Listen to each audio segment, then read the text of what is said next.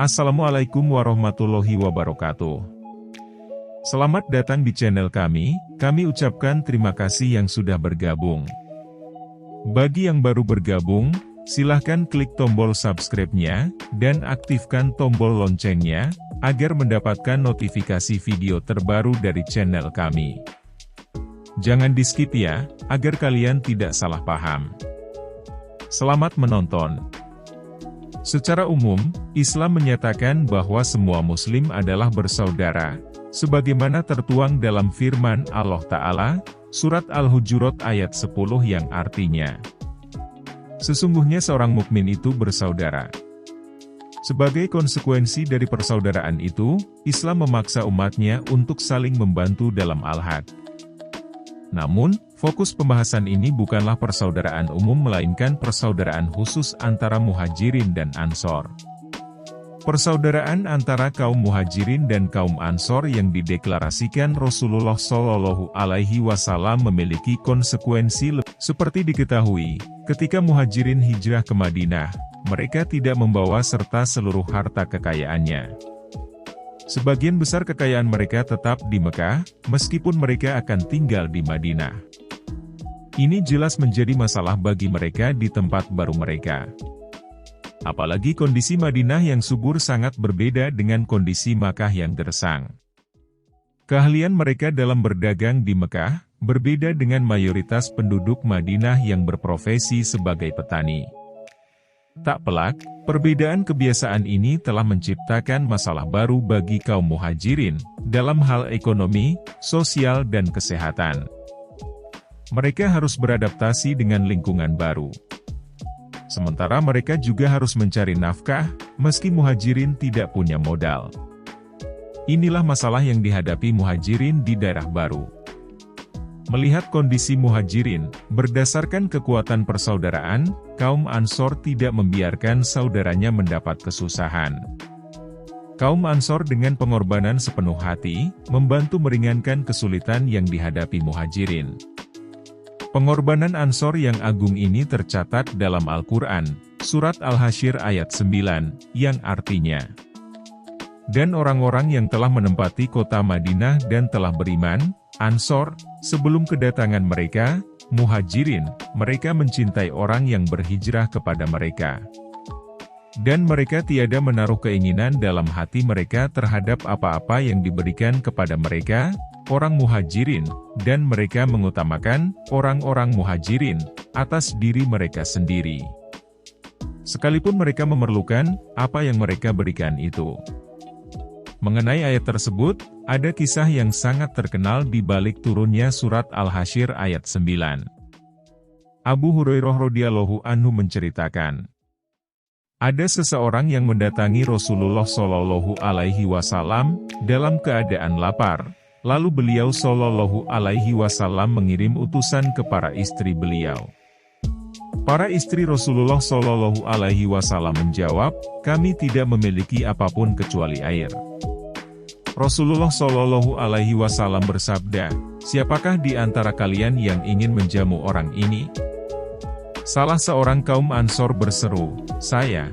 Lalu orang Ansor ini membawa lelaki tadi ke rumah istrinya, dan ia berkata, muliakanlah tamu Rasulullah Shallallahu Alaihi Wasallam. Istrinya menjawab, kami tidak memiliki apapun kecuali jatah makanan untuk anak-anak. Orang Ansor itu berkata, siapkanlah makananmu itu. Nyalakanlah lampu, dan tidurkanlah anak-anak kalau mereka minta makan malam. Kemudian, wanita itu pun menyiapkan makanan, menyalakan lampu, dan menidurkan anak-anaknya. Dia lalu bangkit, seakan hendak memperbaiki lampu dan memadamkannya. Kedua suami istri ini memperlihatkan seakan mereka sedang makan. Setelah itu mereka tidur dalam keadaan lapar. Keesokan harinya, sang suami datang menghadap Rasulullah Shallallahu Alaihi Wasallam. Beliau Shallallahu Alaihi Wasallam bersabda, malam ini Allah tertawa atau ta'ajub dengan perilaku kalian berdua. Lalu Allah Ta'ala menurunkan ayatnya, yang artinya dan mereka mengutamakan orang-orang Muhajirin atas diri mereka sendiri, sekalipun mereka memerlukan apa yang mereka berikan itu. Dan siapa yang dipelihara dari kekikiran dirinya, mereka itulah orang-orang yang beruntung. Quran Surat Al-Hasyr ayat 9, hadis riwayat Bukhari. Bagaimanapun pengorbanan dan keikhlasan kaum Ansor membantu saudaranya, namun permasalahan kaum Muhajirin ini tetap harus mendapatkan penyelesaian, agar mereka tidak merasa sebagai beban bagi kaum Ansor. Disinilah tampak nyata pandangan Rasulullah Shallallahu Alaihi Wasallam yang cerdas dan bijaksana. Beliau Shallallahu Alaihi Wasallam kemudian mempersaudarakan antara kaum Muhajirin dengan kaum Ansor. Ibnu Sa'ad, yang memiliki sanad dari Syekh Al-Waqidi berkata, bahwa ketika Rasulullah Shallallahu Alaihi Wasallam tiba di Madinah, beliau Shallallahu Alaihi Wasallam mempersaudarakan beberapa Muhajirin dengan yang lain dan persaudaraan antara Ansor dan Muhajirin. Rasulullah Shallallahu Alaihi Wasallam menjadikan mereka bersaudara di dalam Al-Had untuk saling membantu, mewarisi setelah kematian saudaranya. Pada saat pernyataan itu ada 90 orang, termasuk 45 orang Ansor dan 45 orang Muhajirin. Ada yang mengatakan 100 orang, masing-masing 50 orang. Imam Bukhari meriwayatkan dari Ibnu Abbas radhiyallahu anhu, ketika kaum Muhajirin baru tiba di Madinah, kaum Muhajirin bisa mewarisi kaum Ansor karena persaudaraan yang telah dilakukan oleh Rasulullah Shallallahu Alaihi Wasallam, sedangkan zawil arham, kerabat yang bukan ahli waris, tidak. Di antara contoh praktis buah dari persaudaraan yang dilakukan Rasulullah Shallallahu Alaihi Wasallam, yaitu kisah Abdurrahman bin Auf radhiyallahu anhu dengan Sa'ad bin Robi radhiyallahu anhu. Sa'ad radhiyallahu anhu berkata kepada Abdurrahman radhiyallahu anhu, "Aku adalah kaum Ansor yang paling banyak harta. Aku akan membagi hartaku setengah untukmu. Pilihlah di antara istriku yang kau inginkan, dan aku akan menceraikannya untukmu. Jika selesai masa iddahnya, engkau bisa menikahinya." Mendengar pernyataan saudaranya itu, Abdurrahman radhiyallahu anhu menjawab, "Aku tidak membutuhkan hal itu. Adakah pasar di sekitar sini, tempat berjual beli?" Lalu, Sa'ad radhiyallahu anhu menunjukkan pasar Koinuko. Mulai saat itu, Abdurrahman radhiyallahu anhu sering pergi ke pasar untuk berniaga, sampai akhirnya ia berkecukupan dan tidak memerlukan lagi bantuan dari saudaranya. Hadis ini selengkapnya bisa dilihat dalam Sahih Al-Bukhari. Persaudaraan yang dijalin oleh Rasulullah Shallallahu Alaihi Wasallam terus berlanjut. Ketika kaum Muhajirin sudah terbiasa, tidak asing dan sudah tahu bagaimana mencari nafkah, Allah Ta'ala menghapuskan hukum waris bagi kekerabatan tersebut, namun tetap menjunjung tinggi persaudaraan kaum mukminin. Allah Ta'ala berfirman, yang artinya, dan orang-orang yang beriman sesudah itu, kemudian berhijrah dan berjihad bersamamu, maka orang-orang itu termasuk golonganmu, juga. Orang-orang yang mempunyai hubungan kerabat itu sebagiannya lebih berhak terhadap sesamanya, daripada yang bukan kerabat, di dalam kitab Allah. Quran Surat Al-Anfal ayat 75.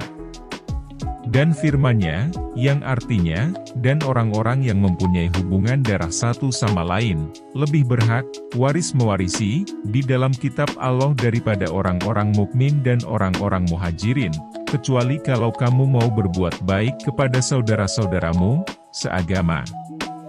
Yang demikian itu telah tertulis di dalam kitab Allah. Quran Surat Al-Ahzab ayat 6. Peristiwa penghapusan saling mewarisi ini terjadi selama Perang Badar. Ada juga cerita yang menjelaskan apa yang terjadi selama Perang Uhud. Ibnu Abbas radhiyallahu anhu menyebutkan, yang digugurkan adalah saling mewarisi, sedangkan tolong-menolong dan saling menasihati tetap disyariatkan. Dan dua orang yang telah dipersaudarakan bisa mewasiatkan sebagian harta warisannya untuk saudaranya. Inilah pendapat Imam Nawawi rahimahullah. Di antara dalil yang menunjukkan bahwa ukhuwah ini berlanjut, namun tidak silih berganti, yaitu Rasulullah Shallallahu Alaihi Wasallam menjalin ukhuwah antara Salman Al-Farisi radhiyallahu anhu dengan Abu Darda radhiyallahu anhu. Salman radhiyallahu anhu masuk Islam antara perang Uhud dan perang Khandaq. Rasulullah Shallallahu Alaihi Wasallam juga menjalin persaudaraan antara Muawiyah bin Abi Sufyan radhiyallahu anhu dengan Al-Hattat at-Tamimi radhiyallahu anhu. Juga antara Ja'far bin Abi Thalib radhiyallahu anhu dan Muaz bin Jabal radhiyallahu anhu.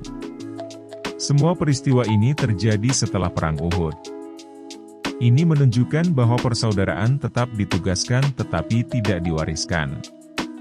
Berikut kisah persaudaraan kaum Ansor dan Muhajirin yang sudah kami paparkan. Semoga bermanfaat dan menjadi penggugah hati untuk kita semua. Terima kasih yang sudah menonton channel ini. Jangan lupa subscribe dan tekan tombol loncengnya, agar mendapatkan notifikasi video terbaru dari channel kami. Wassalamualaikum warahmatullahi wabarakatuh.